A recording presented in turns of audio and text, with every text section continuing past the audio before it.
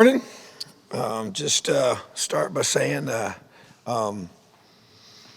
just after watching everything, just really our approach was, as I stated after the game, very disappointing performance, but just chose to. We obviously watched it, we graded it, and all that, but really chose to flush it and press on with our guys. That was the focus yesterday, and just really focus more on them and their mindset and where we're at physically and mentally, and getting our guys squared away in that regard. And just really, that was the emphasis, and that what we want to be able to do and get our guys ready for the next one, and that's the focus. So update with Jack, he'll be week to week, so I don't know as of right now his status.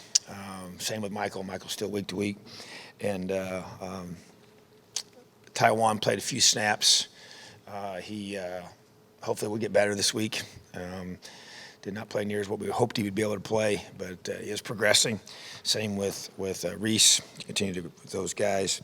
And just really focus now on getting our guys healthy. And we'll be practicing accordingly with that goal in mind, to be able to do a great job of making sure our guys are fresh mentally and physically when we take the field on Saturday in College Park. So three guys to mention from the game. Just want to make sure I always recognized our scouts. Eli Jokum is our offensive scout of the week. Wide receiver, Chase Washington, our defensive scout of the week, cornerback, and Patrick Finley is our special teams scout of the week, one of our safeties. So really appreciate their work and just awesome job preparing our guys, and all the effort that they give us every single week is awesome. So continue to recognize those guys. So excited about this week, chance to play on the road in a Big Ten game against Maryland, very talented football team, and much respect for their staff and the quality of the skill that they have on offense and the physical and athleticism that they have on defense. So just important week for us. Very, every week's a big week. Every week's important, and our guys have to understand it, and they do. And so excited to be able to get our guys back out there tomorrow and get back to work. Questions? I guess just to kind of go back on Jack, I mean, what did you guys actually, what can you tell us about what you learned from the MRI? And I guess just how do you sort of just handle that going forward as far as, getting Donovan ready, getting Grant ready? Sure. What do you look back and say maybe should have been prepared for better for the possible circumstances of Jack going down? I guess just what do you just do with quarterback going forward from this week? Yeah, I would say, what the MRI taught us or showed us was that it wasn't as bad as it could have been. I guess that was probably the first words I was given. And I think with that, but definitely was enough to where create some unknowns for him to be able to know his status moving forward on a day-to-day basis. But hopefully be able to recover from that and as efficiently as possible. And, I would say, with Donovan, you feel good about certain things that you wanted to be able to do, have him ready for per his, his skill set and the reps he's gotten at this point. And so, but, obviously you prepare, and he practiced and took those reps as the number 2 all week. And then Grant actually took some reps as well, especially more in third down situations and passing situations. But you just go through and prepare, the best that you can with your guys, and you have so many reps each week. And obviously he was the guy taking those and getting yourself ready for that. And so, but you just go through and then you get in that moment. And obviously it happened very early in the game. And then it's raining, so it's really tough for a kid being his first opportunity against such a high-level opponent, and tough weather conditions to just create a tough situation for him without doubt. But I thought he improved throughout the game. Glad he got all those reps. Definitely pay dividends moving forward, no matter how much he has to play in the future. And I thought that he got more comfortable and doing some things and made some nice runs and took some big hits and popped back up and made some throws and just has to continue to grow with that. So it's really about, just building things around where he feels comfortable and can function at a high level and be able to, do the things he needs to do to help us win a football game. Tom, when you have an offense struggling like you do now, it's sort of incumbent on the defense and special teams especially to kind of pick them up a little bit. Your defense had been playing pretty well, but certainly in that first half, got gashed pretty badly. Once you had a chance to watch everything that happened on film in that first half, what were the specific issues there, and do you think they can be resolved quickly? Yeah, I think first of all, you got to go through and evaluate like we did, and we go through and do things and watched it very closely and discuss it as a staff, and there's definitely some things you go back and they obviously are a very good football team, and I've been here several years now and obviously played them every single year and after playing them in person, and seeing them, it's the best Ohio State offense that we've faced since I've been here, and offensive line's impressive, big and physical and athletic. They keep getting better and better up front. And then I thought their quarterback, obviously had shown some youth early in the season, but that's in the past. And extremely talented quarterback. We already talked about the receivers are the three of the best in the country. As a group, I don't know if there's any group better. Can't imagine that. And then you got a running back that gives them a home run gear that haven't always had that, in that spot. Definitely not last year. And so, yeah, it's a really special offense. So it creates a lot of problems for you, And so I think, you go through, and we obviously had some injuries in the secondary, and so trying to do a good job of protecting those guys and helping them out. And so, kept things in front of us, but too soft in that regard. I thought, gave up too much underneath and a lot of yards there, and then didn't do a good job. The tempo gives you some trouble, but they didn't do that new, but it just still creates issues just because of all the other variables you're talking about. So I just think that I really love our defensive guys, and wasn't for a lack of effort. They played hard, didn't tackle as well as we need to. But I think just there was a little hesitancy, I thought, at some times in our guys that I hadn't seen out of them before this season. Definitely haven't seen it recently. So, I guess the same. That was another reason for the throwing the trash.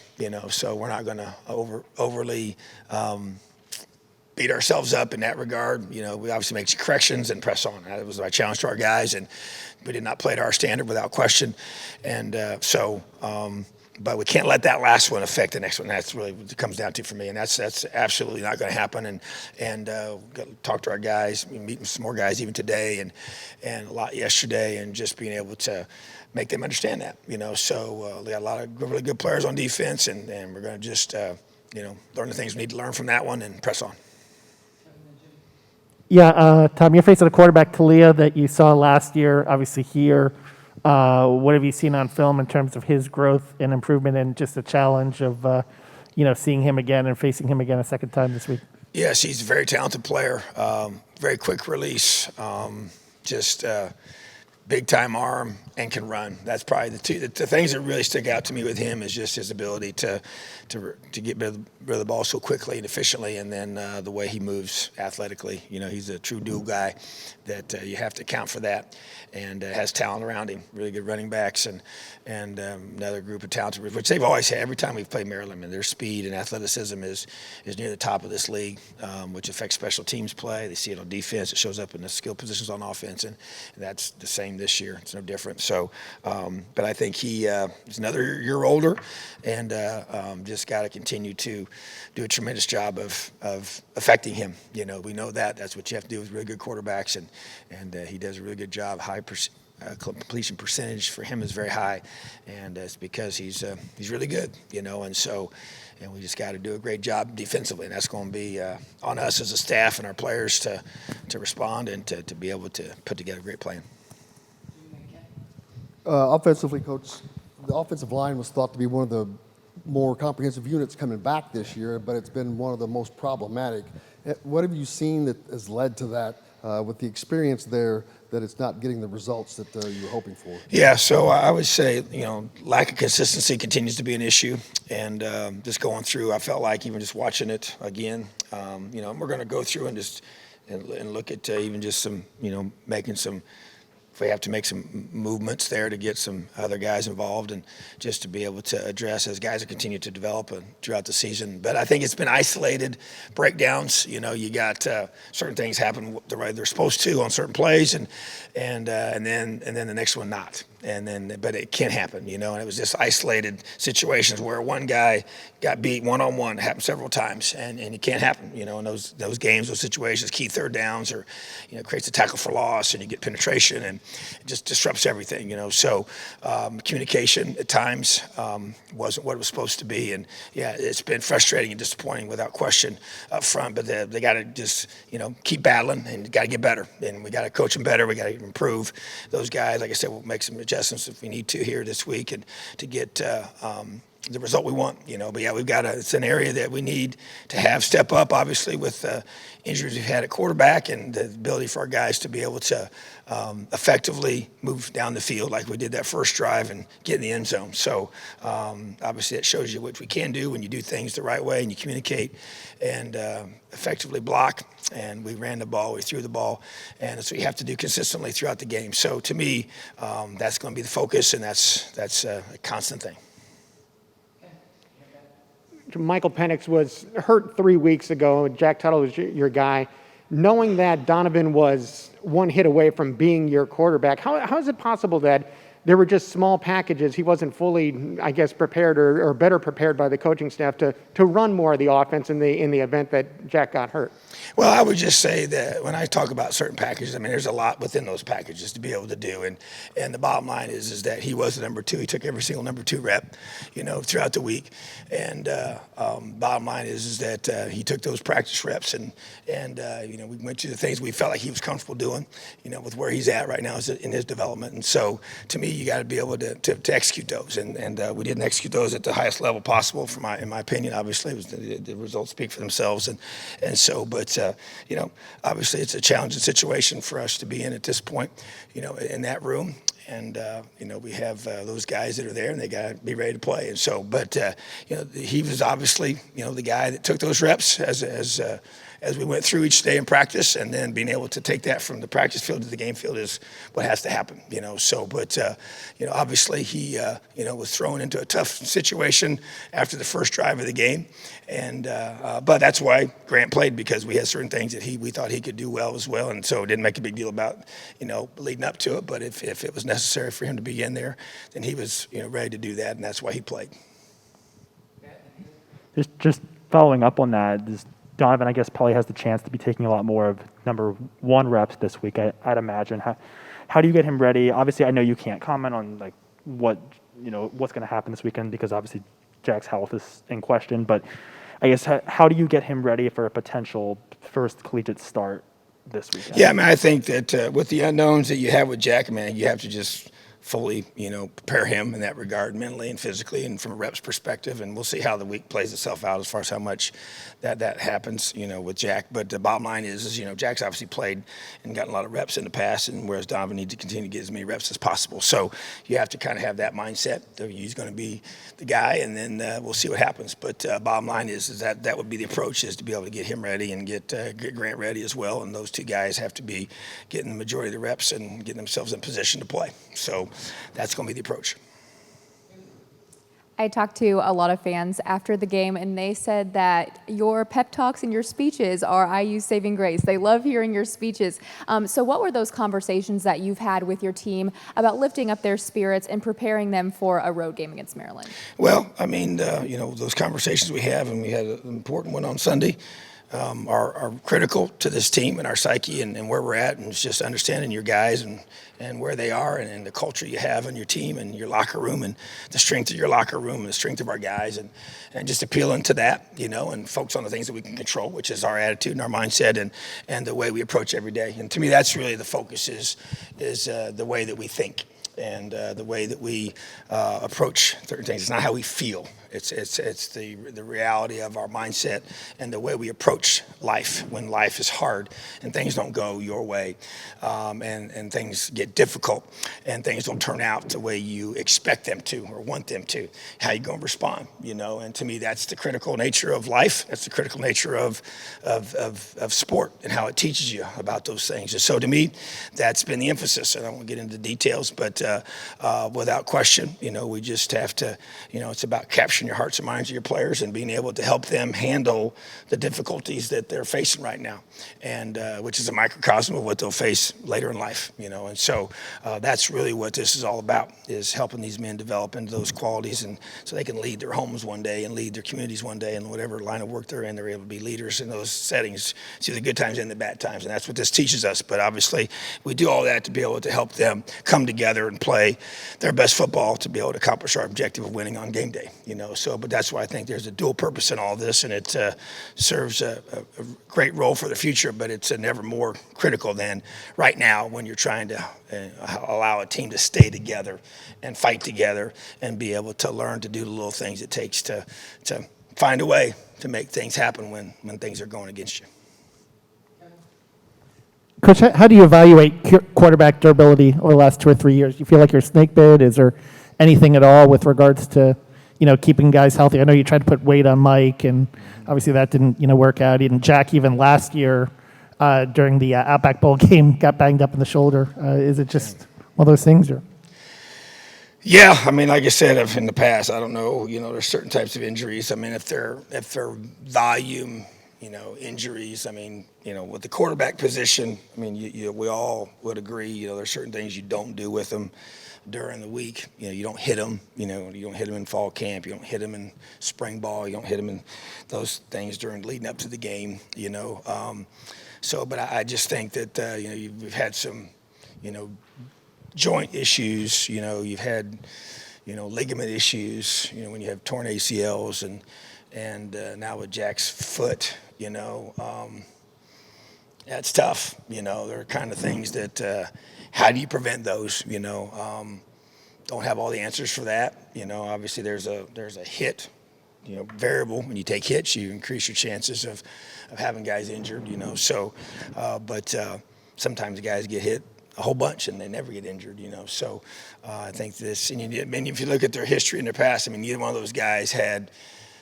They didn't come to us with a history of getting injured in high school, So I guess if had that been the case, and those are things you look at when you recruit guys, do they have a history of injury?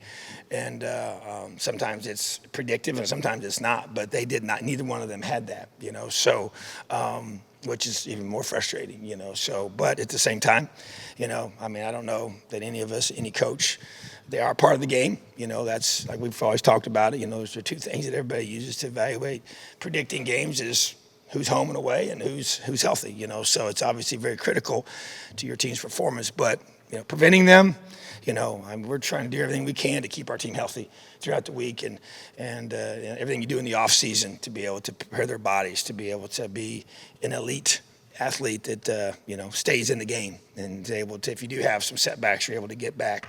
With the issues we've had with our secondary, I mean, there's been things that are tough. I don't know how you prevent some of those, but we're doing everything we can to make sure we're not missing something and some self-evaluation on that. So, but yeah, we're just trying to, right now this has been a tough year for injuries.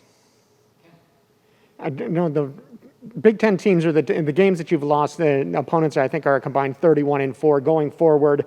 The schedule isn't as packed with a bunch of top 10 teams. I think there's one. So just in terms of the second half of the schedule, the fact that you're not facing this elite competition week after week after week, how does that help you kind of refocus your team? Does it give you a better chance to get a measuring stick on your team? Just how do you approach that any differently than you already have? Well, I think we did just talking to our guys because it's obviously they know. And it's been well documented how difficult our schedule has been and who we've played and where they're ranked. And so, and you can look at the schedule and see it, but still the focus is the next one, and that's been the priority even yesterday and really nothing beyond that. Obviously, big picture-wise, you do understand how that dynamic looks and how your season plays itself out and when you play which teams where on the schedule. But in regards to your team right now, where we are, it is solely focused on one opponent, that's Maryland, and everything you do, all your energy, everything you have, when you do, all focuses on getting yourself in the best position possible to play your best on the road and get a win, at Maryland. That's the focus. So that's where we're at, and take them one at a time and be able to build from there. And there's no doubt that this team has been through a lot. And we're going to stay together, keep battling, keep fighting, and continue to stay focused on the task at hand, which is beating Maryland. Forgive me for this because we're kind of asking the same question over again, but a different way. But as far as, I mean, you talked after the game about how Donovan he hadn't been part of spring practice. You know, he was basically taking the reps with the threes. I mean, how far did he need to go in, I guess, the 2-3 weeks when he was really taking the reps at the number two? How much progress do you think he made in that point? And how exactly do you accelerate that? Yeah, I think it does need to be accelerated. I think that as soon as he was, when he wasn't the number two, he was getting some reps without question, but not a lot, and I think too, being a guy that was a three-sport athlete guy that just didn't sit around and play football in his off season, he was playing other sports, and which is fine, and that's part of his past, and that's part of who he is and makes him as athletic as he is, but also probably created a situation where he did not have a lot of the rep base that maybe other guys may have, but at the same time, that's where he was, and right now it needs to be accelerated, and that's where that's been the case here recently, and that's been why he's taken all those reps, and then you got to continue to find out as we get a better feel from him. He was at the time, early in the season, he was one of our scout team quarterbacks, and which is the truth, and so just to get him a chance to play and get more reps and just be able to go against our defense and be comfortable playing football, and making those, decisions of throwing to whoever in the secondary. So, but I think that's where, right now he's a talented athlete that hasn't played a lot of college football. And so he's a big kid and he's tall and athletic and we just have to, build the things around what he is best at and allows him to be successful. So that's the objective, that's the goal, and that's the charge for our guys. And so been working hard on that these last couple of days, and that will continue. All right. Have a great day, Elio.